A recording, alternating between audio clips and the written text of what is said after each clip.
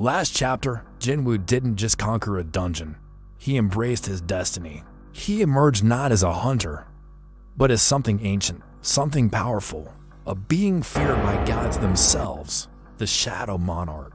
And now, as the world stares in silence, Chapter 113 reminds us that Jinwoo doesn't wait for storms to pass. He walks straight into them, ready to face whatever lies beyond. We begin with silence, not peace, silence. Jinwoo sits quietly in his apartment. The city outside buzzes with life. Headlights flash, sirens wail. Neon flickers across glass towers. But inside his head, there's only one thing: monarch presence detected. The system doesn't lie.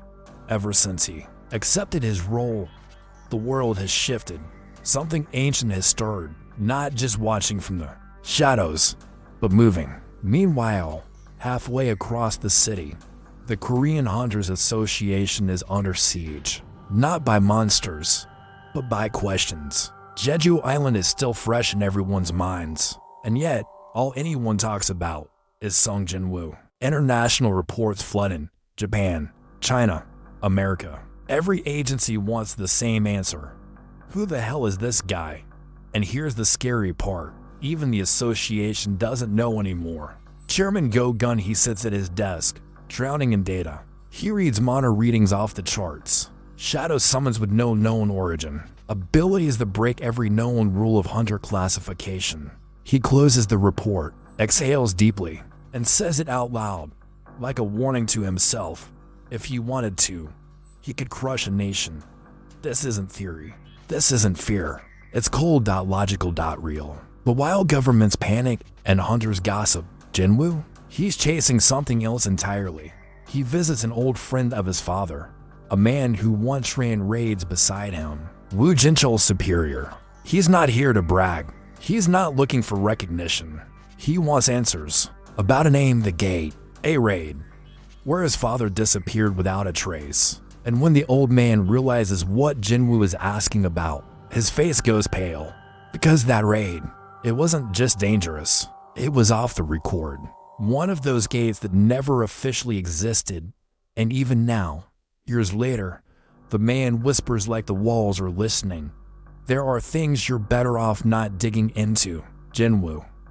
But Jinwoo doesn't stop, because there's one thing more dangerous than a monster you can see: the unknown. Jinwoo isn't just stronger now, he's changing, and he feels it. He's no longer just chasing power to survive. He's chasing truth about his father, about the system, about the monarchs, and most terrifying of all, about himself. He doesn't say it out loud, but the thoughts are heavy. Why me? Why was I chosen? What am I turning into? He may look human on the outside, but inside, something darker is stirring. That evening, his phone buzzes. A new gate has appeared. High level. Abandoned. No raid party assigned. Normal hunters hesitate. Jinwoo? He just opens a portal. No fear. No backup. No hesitation. But what's inside this gate? Not monsters. Not traps. Just a message. Ancient writing carved into cold, cracked stone. A language no one should understand. And yet, to Jinwoo, it's as clear as day. The war is coming. Prepare your army. No combat. No loot. Just one terrifying truth. They're coming. Meanwhile, in the farthest corners of the world, the monarchs awaken. One rises from a glacier, steam hissing from cracked ice. Another steps out from molten ruins, leaving trails of ash in his wake. Their auras are monstrous. Each pulse of mana sends animals fleeing and clouds parting, and all of them feel it. The Shadow Monarch has returned. One monarch, his eyes burning gold, hisses, "The traitor lives." Another clenches his fists. He must be eliminated. Before the awakening is complete, even among monarchs, Jinwoo is something other, something they fear. Jinwoo returns from the gate. No battle, no blood, but the weight of war pressing on his back. He doesn't waste time.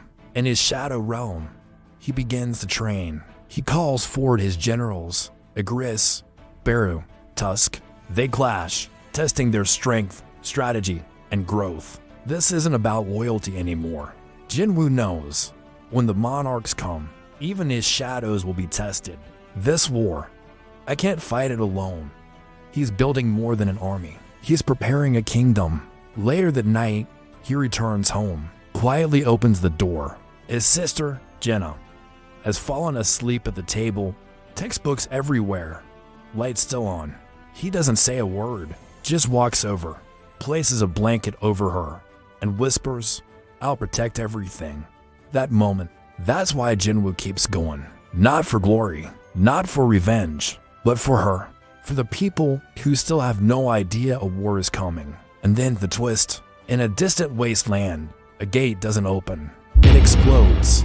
Molten light floods the land. Monsters flee. Birds vanish. And from the center of the smoke, a figure walks forward, towering, armored in burning steel. Each step melts the ground beneath him. The monarch of destruction. His voice rumbles like thunder. "Shadow Monarch, your time ends before it begins." And with that, the first shot of the war is fired. Chapter 113 doesn't just raise the stakes, it reshapes the battlefield. Jinwoo has finally begun to understand what he is. But the monarchs, they've known all along. And now, they're not hiding. They're mobilizing to destroy him, to claim the power he's barely begun to control, to wipe his legacy from existence before it can truly take shape. Solo leveling, Chapter 114, last chapter. The gate exploded. Not open, exploded. And from the rubble stepped out a monster cloaked in flames. And death, the monarch of destruction, has arrived.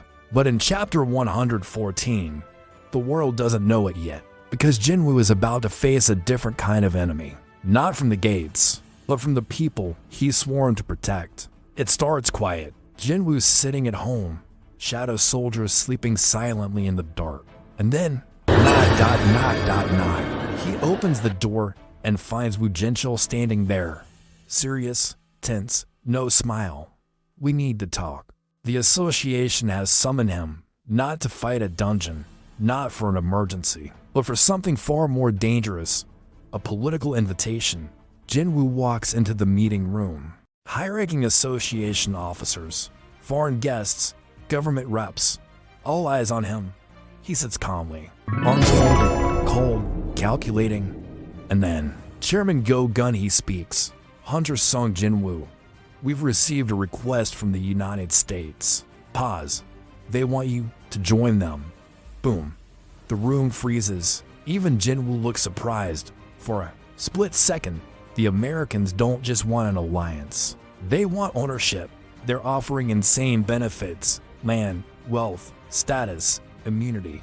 If he agrees to move to the US, they'll make him their #1 national hunter. No questions asked. Everyone's watching. This isn't just a recruitment offer. It's a power play. And Jinwoo? He leans forward and simply says, "I refuse." The room goes cold. The US delegate is stunned. Go Gun tries to ease the tension. But the message is clear. Sung Jinwoo does not bow. Not to monsters. Not to nations. Not to anyone. The news explodes online. Jinwoo refuses US deal. Korea's strongest hunter turns down global offer. His name surges through media across the globe. The world isn't just watching anymore. They're studying him. And some, they're getting nervous. Far from Korea, the monarch of frost awakens. He opens his glowing eyes inside a frozen palace deep beneath the Arctic. His voice is low, ancient, terrifying. The shadow monarch has begun to awaken. "We must strike before it's too late." Another voice, distorted, monstrous, responds from the shadows. "Let the war begin." And with that, the monarchs begin to gather. Later that evening, Jinwoo senses it. A new gate. But this one is different. Its mana is strange, heavy, twisted. Not just a dungeon, a trap. But Jinwoo doesn't hesitate. He summons a Gris, Beru, and Tusk, his elite shadows. "Let's go." He steps through the gate and disappears. Inside the gate, something is off inside. It's quiet. Too quiet. There's no dungeon boss, no monsters, no signs of life. Only strange architecture, ancient ruins, symbols on the walls in monarch script. And then, footsteps. From the mist steps a figure wrapped in black armor, carrying a blade of pure void. Not a monster, A messenger. The armored being speaks in a voice that sounds like metal scraping bone. Shadow Monarch. The other monarchs have sensed your return. They offer you a choice. Join them or die. Jinwoo smirks. He doesn't even blink. Then tell them to send someone stronger. Shadow aura explodes from his body. The entire gate trembles. His eyes glow violet, and the messenger vanishes, retreating into the darkness. As he walks through the ruins, alone again, you can feel the weight pressing on him. Even with an army of shadows, even with power beyond measure, he's isolated.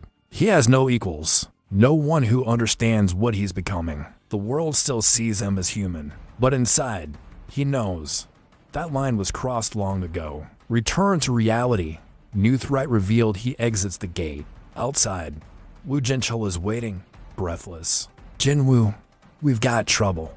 A new S-rank gate has appeared, and this time, it's massive. The association is panicking, but Jinwoo just nods. His eyes narrow. He doesn't flinch. I'll handle it.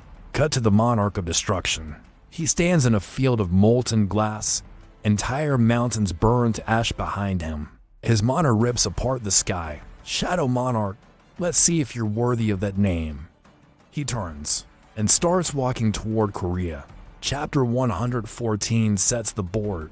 Jinwoo has drawn the line. With nations, with monsters, with monarchs.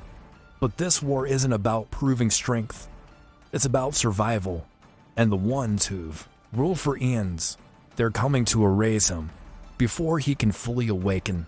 Chapter 115. That's when the first true clash of monarchs begins, and the world will never be the same again.